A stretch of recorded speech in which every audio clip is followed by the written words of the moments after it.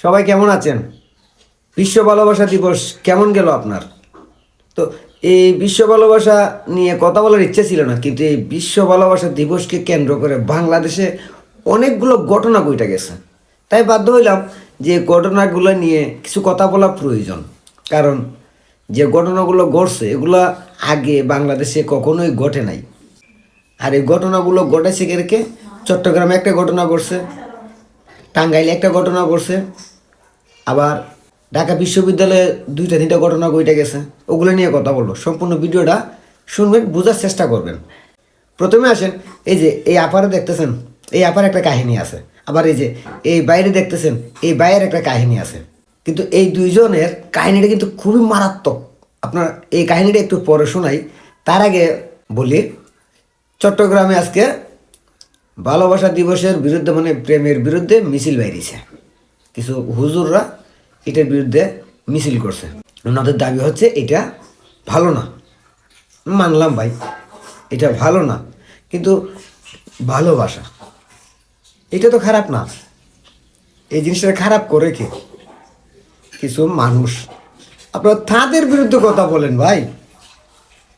ভালোবাসা তো আপনার মধ্যেও আছে। আপনার মাকে, আপনার বোনকে, আপনার ভাইকে, আপনার উস্তাদকে আপনি কি ভালোবাসেন না?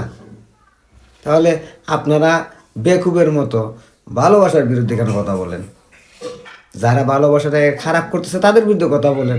আপনাদেরকে আমি স্বাগত জানাই, কিন্তু আপনারা জায়গা মতো হাত না দিয়া জায়গায় হাত দিয়ে কথা বলেন।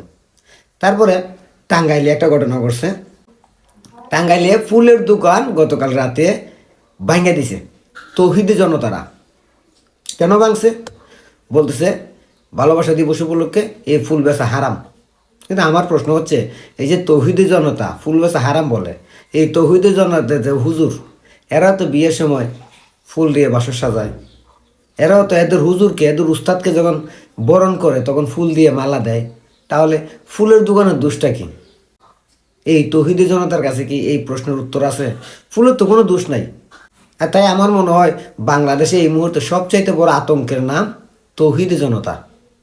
আর সাধারণ মানুষকে অবশ্যই এই তৌহিদি জনতার ভণ্ডামি থেকে বেরিয়ে আসা উচিত। এবার আবার ঢাকা বিশ্ববিদ্যালয়ে আরেক ঘটনা ঘটছে। ওরা প্রেমে সেকা খাওয়া তরুণ তরুণীদের নিয়ে একটা মিছিল করছে। কেন ভাই সেকা খাইবে কেন? ভাই তুমি দেখে শুনে যদি কাজ না করো তাহলে তো সেকা খাইবেই। ওরাও আবার সেকার জন্য একে একে দায়ী করতেছে। ভাই বুঝলাম না এই বাংলাদেশে কি শুরু হয়েছে। এবার আসেন মূল পয়েন্টে, যেটা নিয়ে আমি কথা বলার ইচ্ছে ছিল ওইটা নিয়ে কথা বলি। এই যে আপারা দেখতেছেন, এই আপা কিন্তু বিশ্ব রেকর্ড করছে ভালোবাসায়। আর এই যে এই বাইরে দেখতেছেন, সে কিন্তু ভালোবাসায় বিশ্ব রেকর্ড করছে। কিভাবে বিশ্ব রেকর্ড করছে আপারটা একটু পরে বলি। এই যে ভাই দেখতেছেন, সে 20 বছর আগে কোনো একজনকে ভালোবেসেছিল, আর সেই ভালোবাসার মানুষ তাকে ধোঁকা দিছে। তারপর থেকে সে সেই ভালোবাসার মানুষের অপেক্ষায় 20 বছর এই ভাই পার করে দিছে। চিন্তা করেন তার মধ্যে কতটা ভালোবাসা। আমার মনে হয় তার ভালোবাসাটাই প্রকৃত সত্যিকারের ভালোবাসা ছিল। তাই তাকে আমি স্যালুট জানাই। আর এই যে আপা, এবার আসেন এই আপার কথায়। এই আপা, সে নাকি 200 প্রেম করছে ভাই। 200 ছেলের সঙ্গে সে প্রেম করছে এবং 200 ছেলেকে সে শেখা দিছে। তার ভাষ্য মতে সে বলতেছে যে আমার কাছে এগুলো কোনো ব্যাপার না, আমি 2 দিন 3 দিন কথা বলে তারপরে শেখা দিয়ে আউট করে দিই। আমি দেখি কোন ছেলেটা স্মার্ট, কোন ছেলেটা দেখতে ভালো।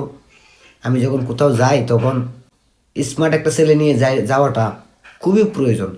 তাই আমি যে ছেলেটা স্মার্ট তার সঙ্গে একটু 2-1 দিন বেশি সম্পর্ক রাখি, তারপরে আউট করে দিই। প্রশ্ন হচ্ছে ভাই, এই যে আপা, তার পরিবারে কি মা বাপ নাই? তার আত্মীয় স্বজন নাই?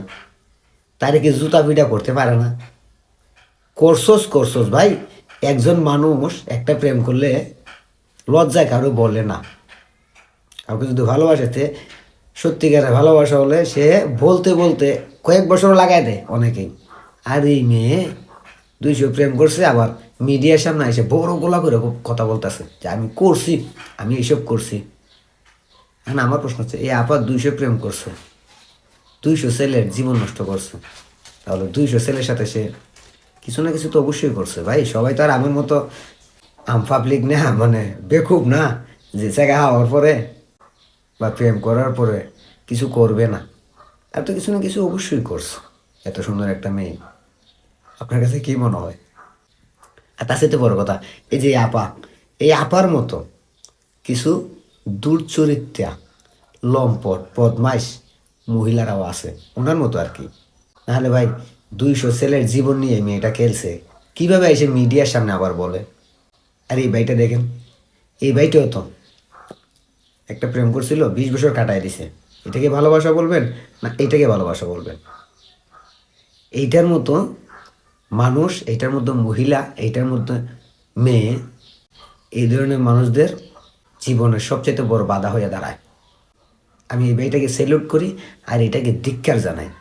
কারণ এই ধরনের মানুষের জন্যই, এই ধরনের মেয়ে মানুষের জন্যই ভালোবাসা জিনিসটা আজকে কলঙ্কিত একটা নামে পরিণত হয়েছে। মানুষ এই জিনিসের উপর থেকে বিশ্বাস উঠে যাচ্ছে এই মেয়েগুলোর কারণে। আর এইসব মেয়েদের কারণে আজকে ভালোবাসা দিবসের বিরুদ্ধে মানুষ কথা বলে। যেমন ঢাকা বিশ্ববিদ্যালয়ে হয়েছে, চট্টগ্রামে হয়েছে, এই টাঙ্গাইলে হয়েছে ভালোবাসার বিরুদ্ধে। আবার ঢাকা বিশ্ববিদ্যালয়ে সেকা খাওয়ার জন্য প্রতিবাদ হয়েছে এইসব মেয়েদের জন্য। চেহারাটা একটু লাল আর তাই ছেলেদের জীবনটাকে করে দেয় খাল, এই ধরনের মেয়েরাই।